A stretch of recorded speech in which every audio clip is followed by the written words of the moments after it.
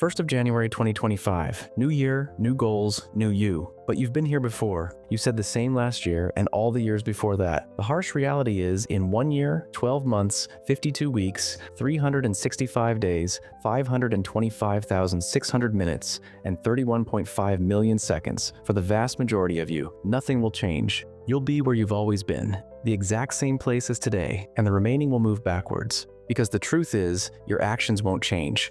You'll continue doing what you've always done and expect a different result, which according to Einstein is the definition of madness. And the saddest part is, by the time this video finds you, many of you will have already given up on your New Year goals. In fact, 92% of people will give up on their New Year goals this year. But for you to not be part of this statistic, you'll need to redefine madness. You'll have to do something this year you've never done before. You'll have to change the way you think about and approach your goals. And here are 4 steps to make this happen. Step 1. Drop your New Year goals and start again. Because 99% of people set goals the wrong way, meaning the odds are already stacked against you from the very beginning. So it's not a question of if you will fail. The question is, when will you fail? And that's because annual goals are ineffective for 2 reasons. Firstly, an annual timeline is too long and kind of irrelevant for most goals. Who decided that all your goals need 12 months to complete? Secondly, it creates no sense of urgency, as you've got the whole year to achieve your goal. So in theory, you could start in December and just sit around all year. So what's the red pill? How should we set goals to maximize our chances of success? Step 2. The better way to set goals.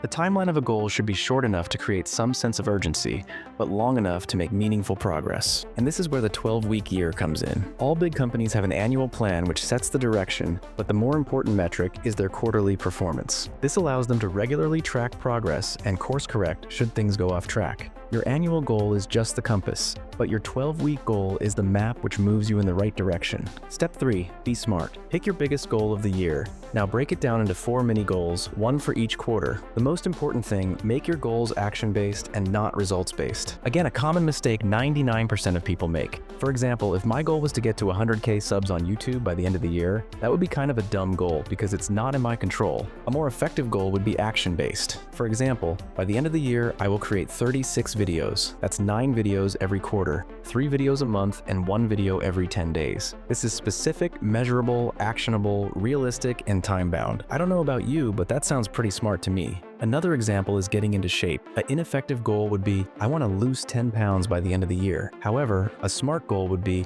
I'll hit the gym 180 times this year. That's 45 days every 3 months and 15 days every month. You can apply this framework to any area of your life: saving money, traveling, relationships, and the list goes on. Step 4, you become what you measure. Now, doing this alone isn't enough. You need a system to keep you accountable. At the very minimum, you need a quarterly review with yourself to track your progress, because you don't become your goals, you become what you measure. So measure often and measure wisely, and even if you achieve only 2 out of the 4 quarters, you'll still be significantly ahead compared to 99% of the population. So pick your goal, break it down into 4 quarterly goals, make it action-based, and measure regularly. Because ultimately, a goal without a plan is just a wish.